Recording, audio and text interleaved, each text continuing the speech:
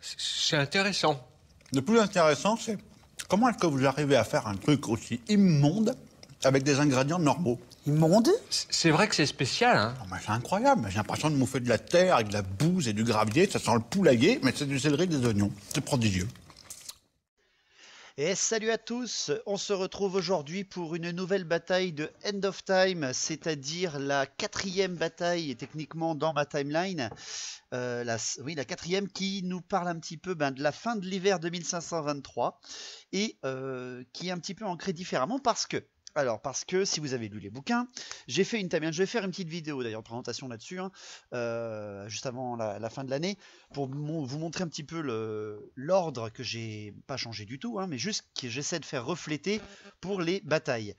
L'île de sang n'a pas été prise par les Scavens, ce qui est une grande victoire aux elfes et qui a été la première survie d'Aliatra.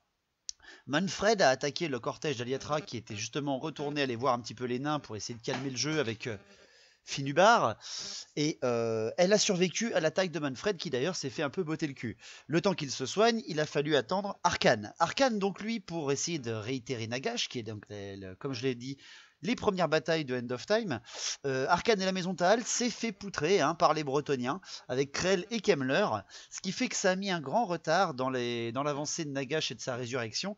Manfred, quant à lui, qui s'est remis de l'attaque contre Aliatra et les nains, a réussi à prendre au clan Rictus l'épée fatale qui avait abattu Nagash par Alcadizar. Et on en est maintenant à la troisième mortarque importante en fait de End of Time, c'est Neferata. Alors Neferata, j'avais cette figurine déjà depuis longtemps parce que j'adore cette figurine. Et j'ai voulu vous faire la bataille de Neferata, la première de End of Time, c'est-à-dire le gouffre du crâne. Alors qu'est-ce qui se passe en fait? C'est juste que vu que Neferata est au courant quasiment de tout, c'est la première vampire, c'est la reine vampire. Elle a tellement d'espions absolument partout. Elle était au courant, elle, que Aliatra n'est pas la fille de Finubar, mais bien la fille de Tyrion. Elle était déjà au courant de ça. Comment? Ta gueule, c'est magique, c'est l'histoire qu'il le raconte. Et en fait, elle a voulu prouver à Nagash qu'elle est supérieure à tous les autres lieutenants vampiriques ou morts-vivants qui essaient de le réintégrer. Elle veut lui trouver une âme divine valable comparée à celle d'Aliatra.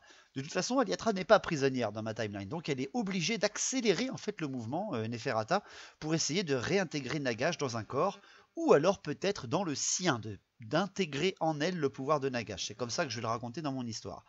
Et donc, on en est donc à l'hiver 2523, et on va tenter de faire la bataille du gouffre du crâne avec Neferata.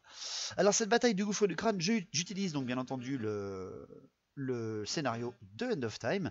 C'est Neferata qui, ayant tellement fait de barouf depuis le pinacle d'argent jusque dans le sud pour aller choper l'âme de Valaya, elle a fait tellement de barouf avec son armée qu'elle a monté un petit peu en va-vite, et avec ses sœurs vampiriques qui l'accompagnent, elle a bourré et tabassé tellement de peaux vertes que finalement un petit chef gobelin de la nuit commence à assembler autour de lui les tribus qu'elle bat le long de son chemin, cette Neferata, et finit par l'embusquer à un moment dans le gouffre du crâne pour finalement récupérer ses ossements et les revendre au marché des peaux vertes.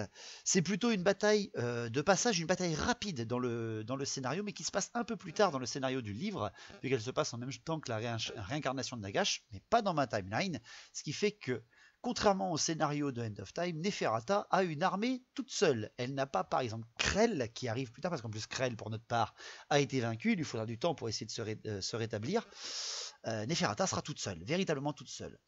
Donc comment je la raconte? Eh bien, j'ai suivi au mieux quand même les règles qu'il nous donnent. C'est une bataille à 3500 points qui sera faite. C'est Quentin qui était un des généraux, qui était d'ailleurs le général Théodoric pour la bataille End of Time de la maison Taal.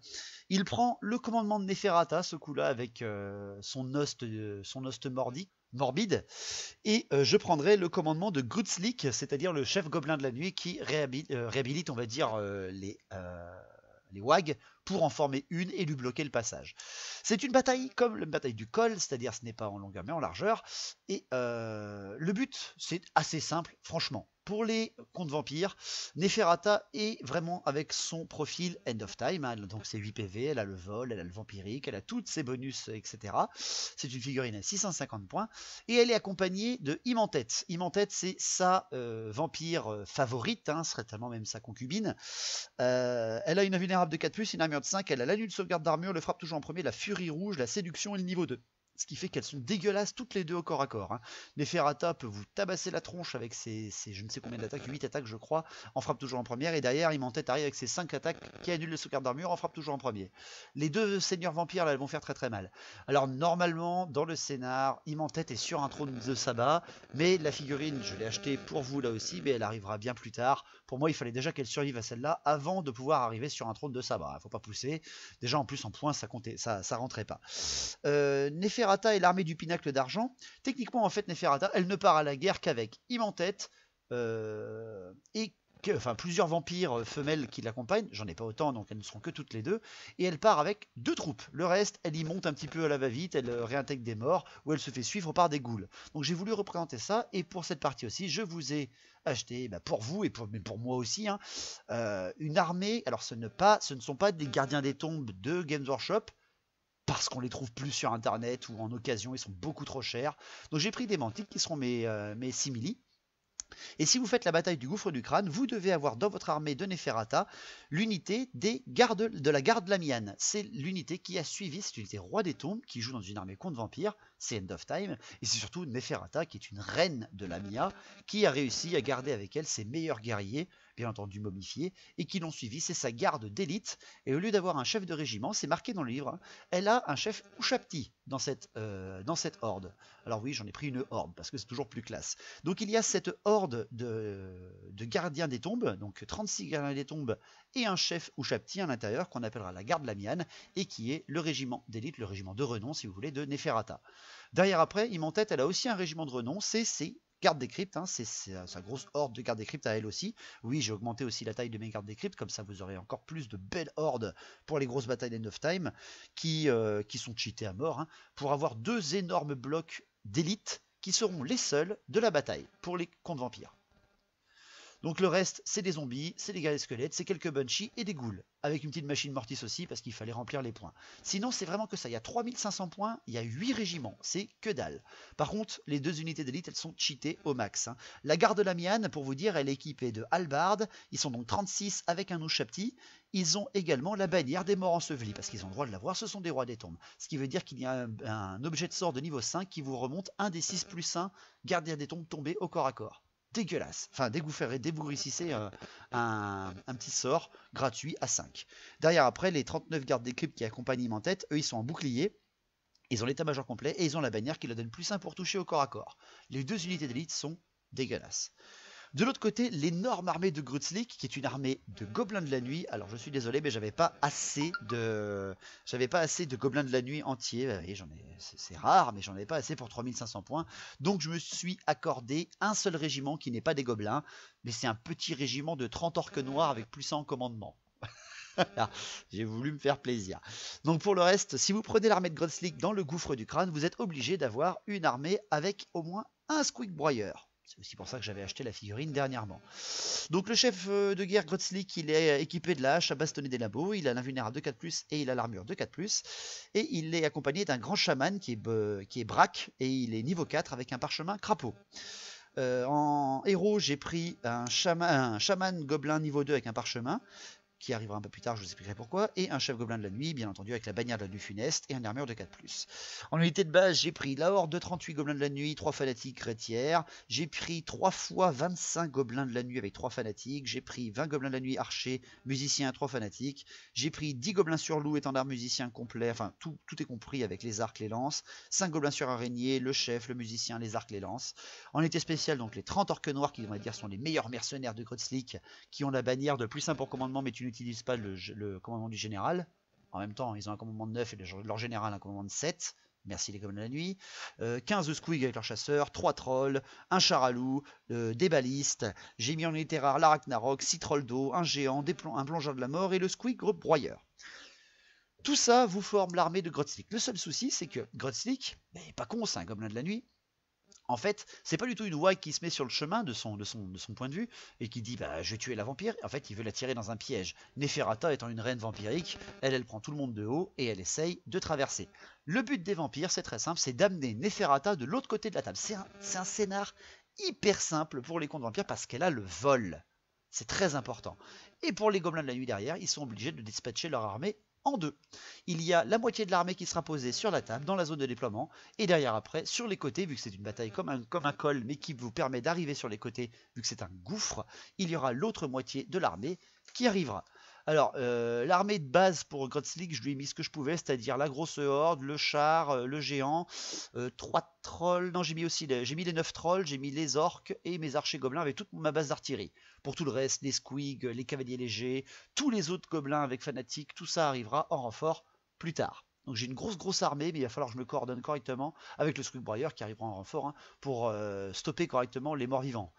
Et de plus, il y a la règle, le monstre s'éveille. Alors comment ça fonctionne? C'est tout simple, à partir du tour 3, c'est Marie qui jouera ce monstre-là, elle voulait le jouer parce qu'elle était à côté de nous.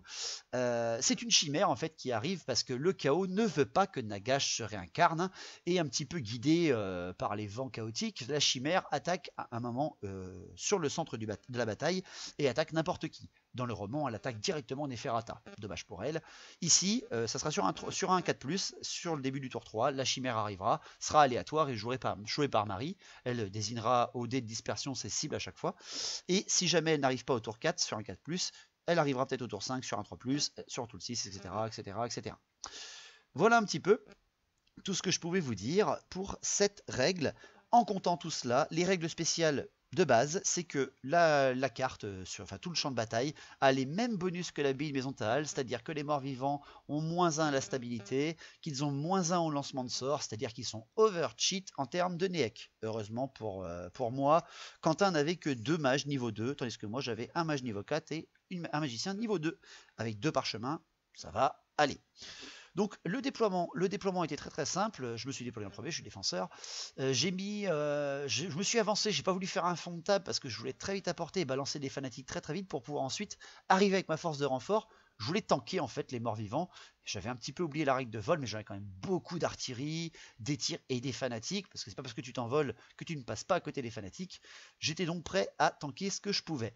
J'ai mis mes orques noirs, mon char et mon géant sur mon flanc gauche. J'ai mis en plein centre mes trolls avec ma horde, et sur un de mes côtés mes autres petits gobelins avec mes fanatiques, et derrière sur la colline ma bastire et mes archers. De son côté, Quentin a fait un déploiement très offensif, un côté entièrement tenu par Imhotep et ses gardes des cryptes face aux chars, aux géants et aux orques noirs. Il a mis ensuite Gaïa Squelette, Ghoul, Machine Mortis, Neferata, Ghoul, Gaïa Squelette, et encore Gaïa Squelette, et Ghoul. Enfin voilà, il y a du monde, et il a gardé derrière la garde Lamiane pour, si jamais les régiments sont tabassés par les gobelins et les trolls, puisse arriver avec ses unités d'élite et percer ma ligne. Ça m'arrangeait qu'il ait gardé ses lignes d'élite à l'arrière. Plus ils sont à l'arrière, plus je pourrais les tanker et les niquer avec mes renforts. Donc voilà, c'était assez simple. Pour la magie, alors pour la magie des contes vampires, c'est très simple. Neferata a eu le Nagash, parce qu'elle est niveau 3, hein.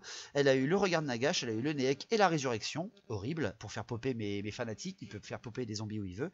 Et Imhotep a eu la danse macabre, le Neek et la vigueur infernale, ce qui fait qu'il avait beaucoup de bonus, très chiant pour moi. De mon côté, vu que j'avais déployé que mon niveau 4 au début, je n'ai eu que lui pour l'instant. J'ai eu l'urticaire ultime, le poignard perfide, le feu d'artifice et les attaques empoisonnées.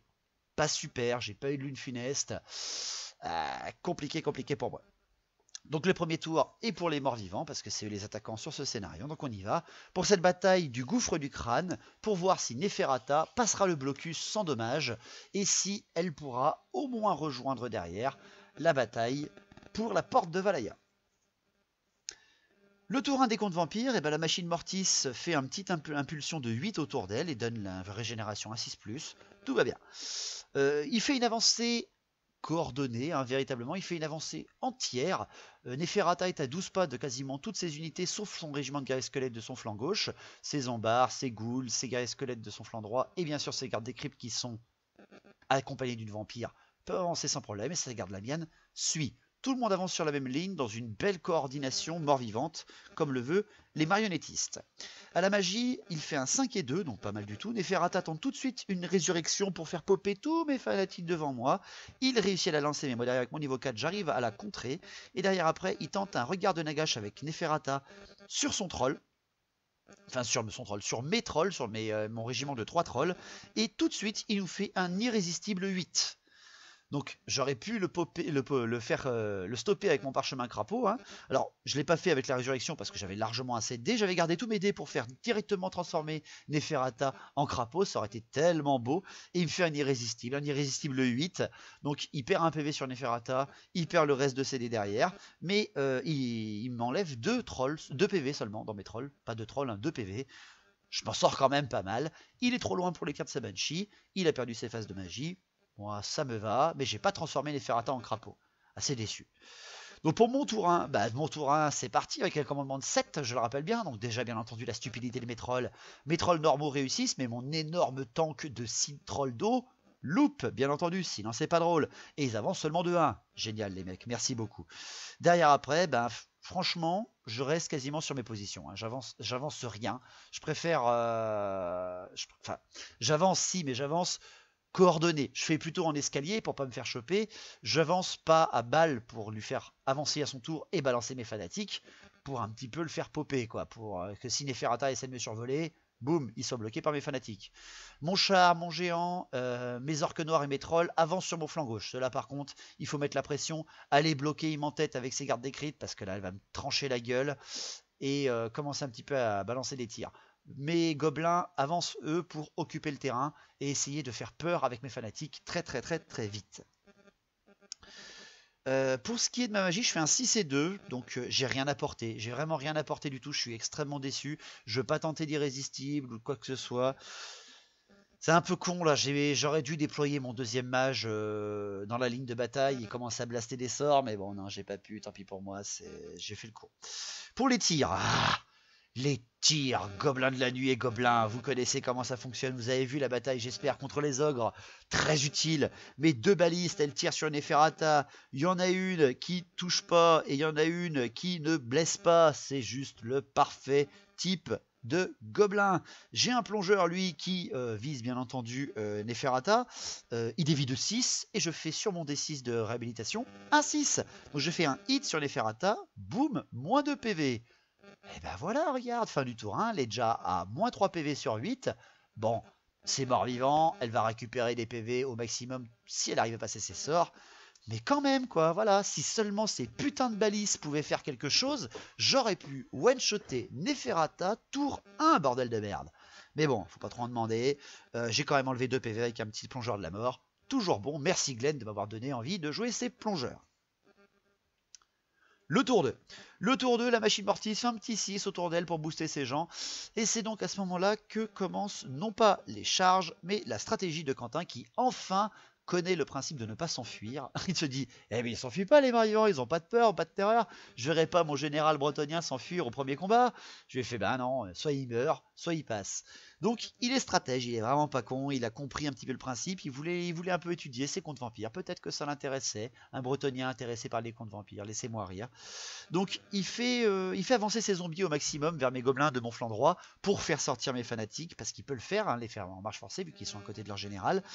Il fait bien sûr sortir mes fanatiques, j'en ai 2 qui traversent les zombards et un qui est trop court. Je tue 7 zombards mais pas grand chose d'intéressant. Derrière après il fait sortir une de ses Banshees, et oui, il fait sortir une de ses Banshees pour aller traverser les 2 fanatiques qui sont derrière sa ligne. Il a le droit, il peut le faire, et moi derrière je ne peux rien faire d'autre à part voir mes 2 fanatiques être traversés par un éthéré, mourir et sans lui faire de dommages parce que ce ne sont pas des attaques magiques. Très bien joué de la part de Quentin. Derrière après, les guerriers squelettes du flanc gauche avancent, justement, après avoir libéré leur Banshee. Les ghouls et les guerriers squelettes forment un escalier au niveau des orques noirs. Hein. Les autres ghouls également, elles avancent en direction de ma grosse horde et font sortir mes fanatiques. Ils gardent bien Neferata pour la toute fin, il a tout à fait raison. Les 3 fanatiques sortent et traversent tous les 3 les ghouls, et je n'en tue que 9. Franchement, je fais un truc pourri de chez pourri, je suis vraiment déçu. Je fais sur 6 touches, 6D force 5, je fais 9 morts. C'est naze, vraiment naze. Parce qu'en fait, vu qu'il a avancé, il a fait sortir mes fanatiques, les 3 étaient trop courts, il a fait avancer les ghouls dedans. Ah, pas peur le mec, hein. Il a dit, bah c'est pas grave, je pourrais les repopper à la magie. Vraiment dégueulasse de dégueulasse. Et derrière après, sur les derniers mouvements qui lui restaient, la machine Mortis est venue se caler derrière l'arbre, la garde Lamienne est venue tanker un petit peu derrière les zombies. Imantette n'est pas allé charger le char ou le géant, elle a voulu provoquer un petit peu. Et ses guerriers squelettes et ses ghouls étant en escalier pour accueillir soit les orques noirs, soit les trolls, il a pris Neferata, il n'y a plus de fanatiques, et il l'a fait s'envoler derrière mes trolls, entre mes orques noirs et mes gobelins de la nuit. Et c'est là, à ce moment-là, que je regarde et je fais putain, j'ai fait le con. J'ai rien mis à l'arrière pour bloquer. Mais là, elle avance toute seule. Elle avance toute seule. Elle a pas beaucoup. Enfin, elle a perdu 3 PV. Si j'arrive à bien contrer sa magie, je peux la one-shotter au tir. Et j'ai encore une petite surprise avec mes fanatiques et mes gobelins de la nuit archers. Je peux essayer de faire quelque chose de très sympa. Mais là, si on regarde bien, en fait, la partie peut être très très vite finie parce que Neferata est à 16 pas du bord de table. Autrement dit, une envolée et elle me nique. Donc à la magie c'est là qu'il lui faut un petit jet et il nous fait un double 5 Quentin et en plus une canalisation derrière. Putain.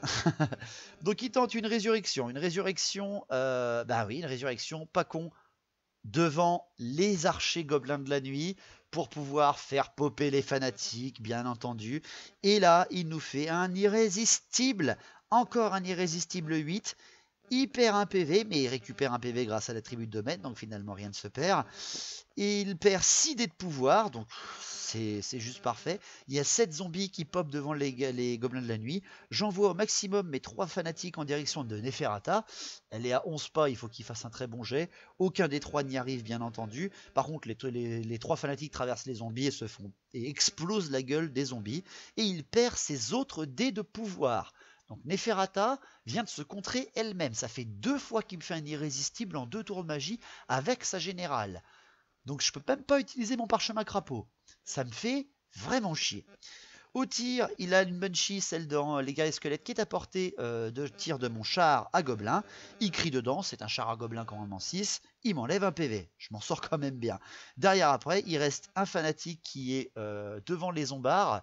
Il crie avec sa Banshee dedans. Et bien entendu, j'ai un commandement de 10 avec un fanatique, je vous rappelle. Il m'enlève 2 PV, il fait un 12. Ok, je ferme ma gueule. je ferme ma gueule. Voilà. Donc, pour vous dire ensuite, pour mon tour 2, parce qu'il n'y a toujours pas de corps à corps.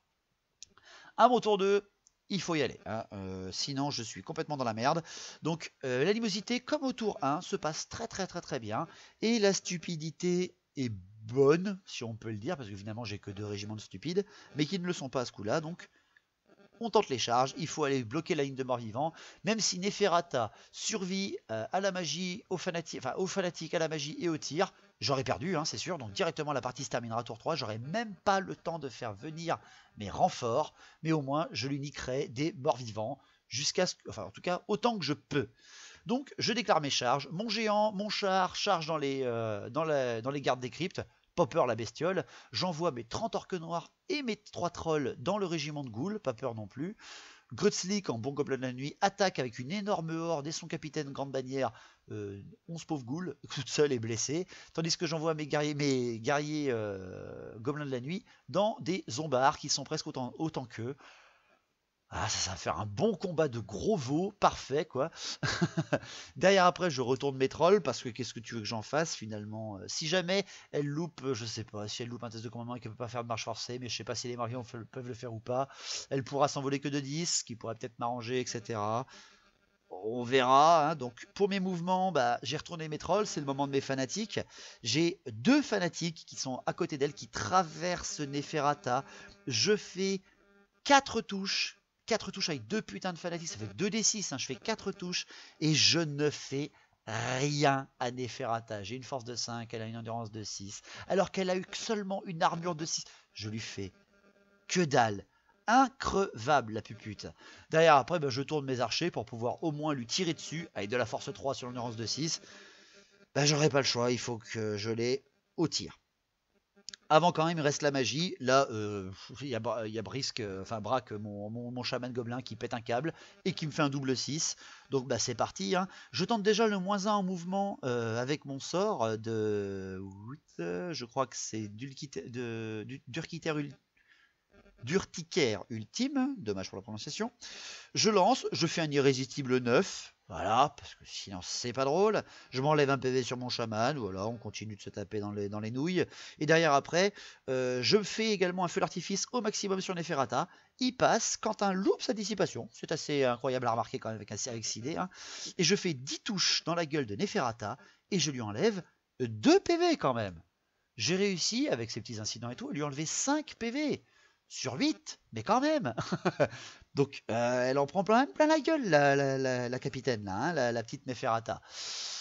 Donc, arrive la phase absolue. Si je loupe cette phase-là, eh ben, il a gagné, Quentin, finalement. Il n'aura plus qu'à s'envoler après et à terminer le scénario très rapidement avec Neferata. Je tire. J'ai mes archers, 20 tirs d'archers, ils touchent sur des 6, ils blessent sur des 6, je tire 20 fois et j'enlève rien du tout. Non, faut pas rêver, c'est des archers gobelins, ils me connaissent, ils n'ont pas envie de trop me faire de surprise, ils restent dans leur stats, ils me font 0 sur Neferata. De toute façon, il lui restait une armure 6+, derrière, au cas où, on sait jamais. Ensuite, j'envoie mes balistes. Une baliste, elle tire, elle fait rien. Une autre baliste, alors qu'elle a portée courte, hein, je le rappelle. L'autre baliste, toujours à portée courte, elle touche sur un 4. Bon, écoute, ça va. Elle tente pour blesser sur un 4, elle me fait un 3. Bien entendu. Et derrière après, il ne me reste plus que le plongeur de la mort, bordel de merde. Celui qui m'a sauvé. Il peut la one-shotter, il peut la voir.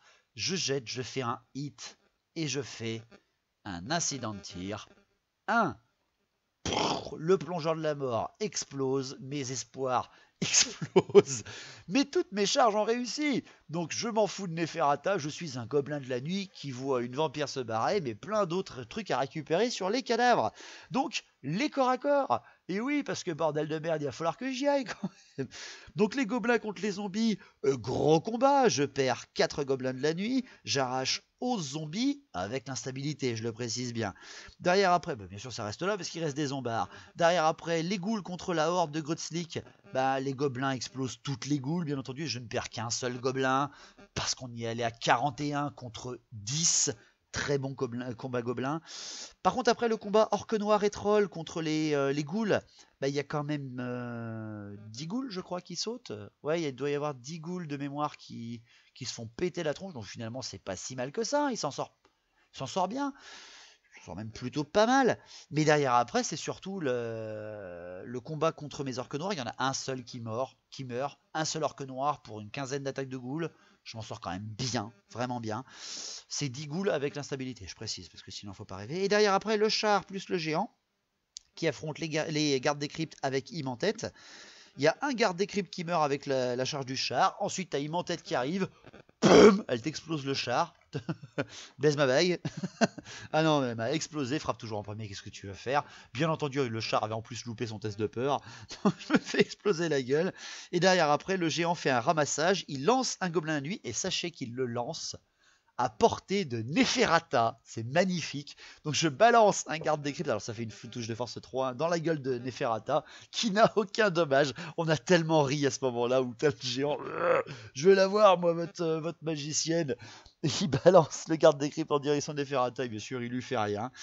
Derrière, après, les gardes des cryptes m'enlèvent 4 PV sur le géant, extrêmement douloureux. Le piétinement tue encore 4 gardes des cryptes derrière. Je suis tenace, je reste à campement avec mon géant, mais la partie m'échappe. À partir de là, on est déjà arrêté à 30 minutes, même pas d'enregistrement, et je sais qu'à partir de là, j'ai perdu, car Neferata, c'est son tour derrière.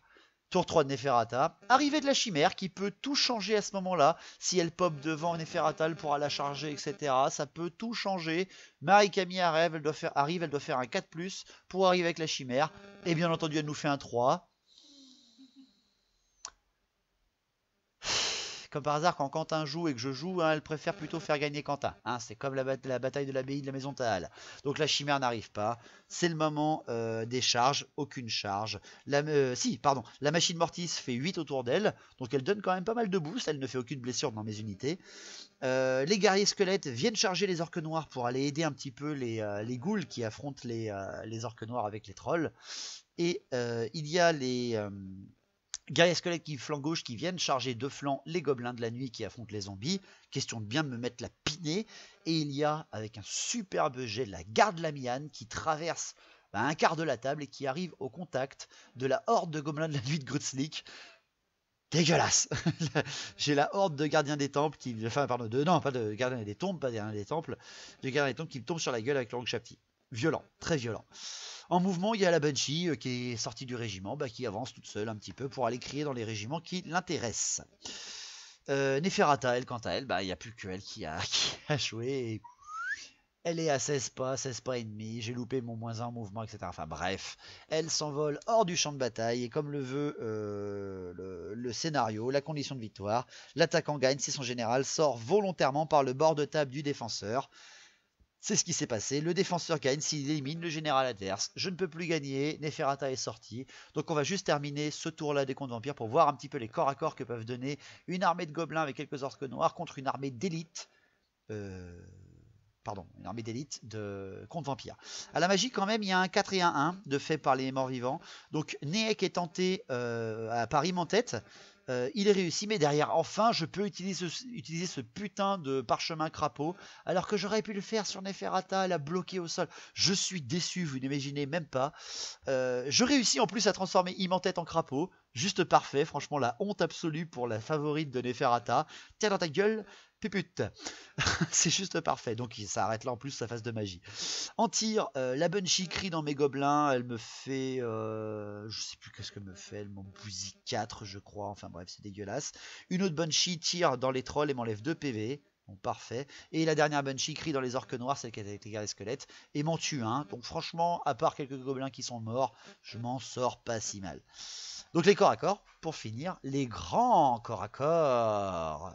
Alors, les gobelins qui sont pris en tenaille entre des zombies et des gars squelettes avec une Banshee, eh ben c'est moche. Il y a 8 gobelins qui meurent, il y a 6 zombies qui sont crevés derrière, et après mes gobelins pris de flanc avec une unité qui a 4 rangs de plus qu'eux, ils s'enfuient bien entendu, et ils sont rattrapés d'ailleurs par les guerriers squelettes.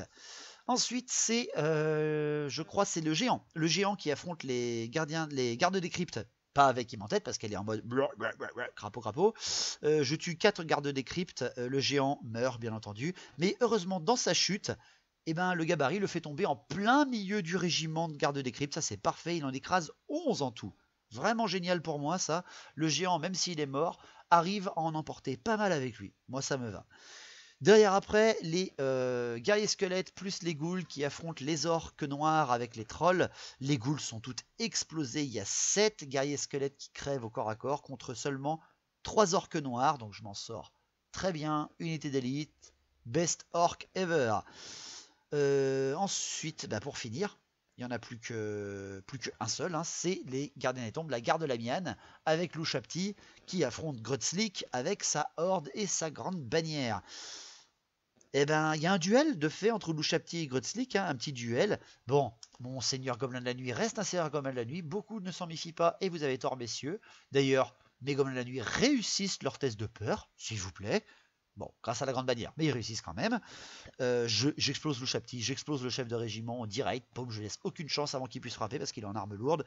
Et derrière après, il y a deux gardes des temples, merde, je sais plus comment il s'appelle. Gardiens des tombes, excusez-moi. 2 gardiens des tombes qui sont tués par ma multitude d'attaques de gobelins de la nuit.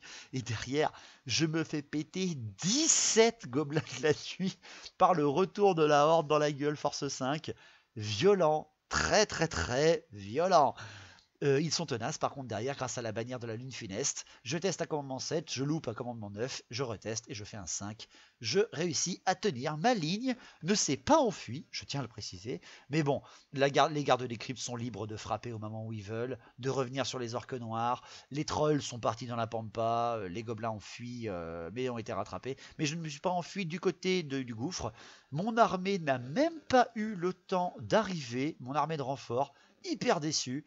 Vraiment Neferata là, je comprends pas, dans le bouquin elle se fait péter la gueule, les gobelins ils arrivent pas au tour 3, ils arrivent au tour 2 quoi, c'est pas possible. Enfin bref, j'ai voulu faire comme le scénar et finalement le scénar était extrêmement simple pour les morts vivants, mais c'est pas grave. Neferata est une armée, est une vampire très très classe, même si c'est une pupute, encore pire je pense que Manfred dans l'histoire. Mais bon voilà, elle a réussi à traverser le gouffre sans dommage, même pas besoin de Krell pour la sauver. La chimère est en train de bouffer des plantes au sommet des montagnes, je ne sais pas pourquoi. Les gobelins finalement voient que la vampire qu'ils ont voulu se choper s'est barrée, donc ils vont faire une petite ordre de retraite en laissant un peu les orques noirs, je pense, derrière, pour qu'ils forment un dernier carré, pour que Grutzlik, en bon gobelin de la nuit, puisse s'enfuir comme il le veut. Donc on retrouvera ces deux généraux, Neferata et Grutzlik, pour la bataille titanesque de la porte de Valhalla.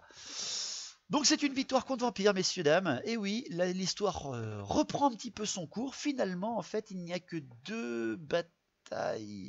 Oui, il n'y a que deux batailles pour l'instant dans le lore qui n'ont pas été respectées. C'est Aliatra qui n'est pas morte, tuée par Manfred, enfin capturée par Manfred, et ce n'est pas Arkane, ni Krell, ni Kemmler qui ont réussi à battre à la maison Thal. Donc, il va falloir un petit peu s'organiser pour la prochaine bataille de End of Time. Alors il y a aussi ce qui se passe non pas dans le vieux monde mais dans le nouveau monde, c'est-à-dire que la prochaine bataille que vous verrez, c'est le point de vue qui arrive seulement que dans Tankol, c'est-à-dire le 4e bouquin de la bataille, mais qui se passe en même temps que tout ce que je vous raconte. Là, on vient de finir l'hiver 2523, on va arriver au printemps 2524, et c'est la seule bataille de ce printemps, c'est la bataille de Xanluanapek, qui est donc la cité des brumes, les hommes lézards qui sont attaqués par les Skaven. Donc merci à tous, c'est une partie finalement courte, je suis désolé d'arrêter la partie là, mais c'est le scénario qui le veut, sinon je suis sûr que j'allais me faire péter. Voilà, j'allais me faire péter la gueule, c'est sûr et certain, parce que j'avais perdu ma base de tir, même si mes renforts arrivaient, il n'y avait que mes fanatiques qui pouvaient me sauver, et encore, la machine Mortis n'était pas arrivée vraiment dans la game. Bref, j'espère que ça vous a plu, j'espère que l'armée un petit peu combinée de Neferata vous plaît, que ces nouvelles unités vous plaisent. Elles vont ressortir, sachez que le trône de Sabbat d'Imantet, bon, elle a été transformée en crapaud, je sais pas si elle va être bien récompensée comme ça, mais bon, pour Glutkin et tout ça, pourra être très utile. Merci à tous, j'espère que vous passez une bonne fin d'année. La prochaine bataille que vous verrez sur la chaîne, ça sera la bataille, 3e bataille du Père Noël fou, hein, bien entendu, du fou de la Dracôle. On se retrouve bien entendu la semaine prochaine. Et surtout, portez-vous bien. Longue vie à battle. Heureux battle. Allez, à la prochaine.